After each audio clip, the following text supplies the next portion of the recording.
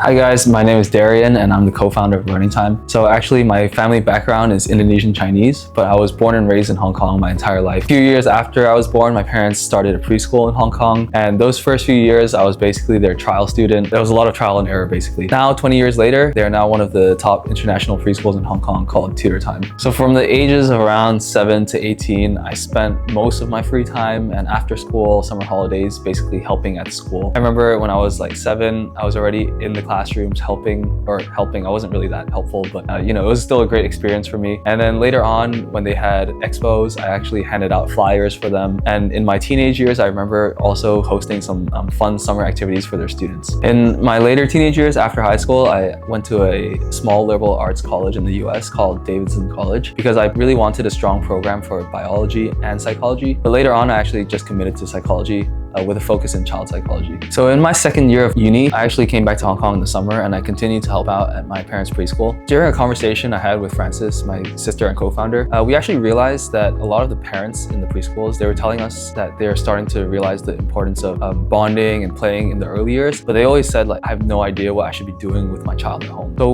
we had the idea, why not use Tutor Time's expertise to actually create a product or a service that parents could use at home that made it easy for them to bond, play, and learn. So obviously my parents, they had their hands full with the preschool. So Frances and I, we decided to take the matters into our own hands, and then we started what eventually became Learning Time. So our first iteration of the First Steps Play program was actually created as a subscription service. It delivered age-appropriate tools and parent guidance every 2 months from newborns to 2 years old. Actually, Frances's background is in design, and one of the things that she really had a strong feeling against was some of the existing tools and toys on the market were not exactly aesthetically pleasing or the way that she wanted them to look. So for our play program, we really put a lot of focus and emphasis on the design itself. I think one of the biggest challenges that I faced in the early days was imposter syndrome, because I was a second year college student. I had no idea about anything about starting a business, and I was like, let alone a business about children, and I didn't even have children either. So this self-doubt really made it difficult for me to have that self-confidence or self-esteem to be explaining or pitching the brand to other people or even potential consumers. I remember it was really cool because when we launched our first iteration of the play program, we were actually the first company in the world to introduce this concept of a play program. Because at that time, there was only toys and school. There was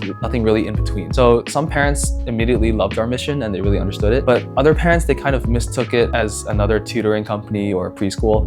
And a lot of parents also just focus on the benefits of our program, such as, oh, if I use your program, when will my child walk? When will they talk? And for us, it wasn't really the goal of our program to get parents to be thinking that way. Instead, we really wanted them to think about more of the process of bonding and playing with their children. We actually spent the next 2 years after that redeveloping our whole program. So first, we worked with Tutor Time to make the program easier to follow and understand. The parent guidebook was less like a textbook about parenting theory and developmental theory, and more about just having some simple activity ideas and being able to really enjoy those early moments in each stage of development. Second, we really took the time to reimagine what our products would look like. A lot of the children's toys and products on the market at that time were very overstimulating or plastic or way too colorful. And some of the really open-ended ones didn't really have parent guidance or play guidance included. So with Frances's background in design, we wanted to create products that were more sustainable, more safe, and as well as, of course, being aesthetically pleasing for the parent, because we wanted parents to be able to proudly display our products on their shelves instead of hiding them away in a toy basket. So that same year that we launched the updated First Steps Play program,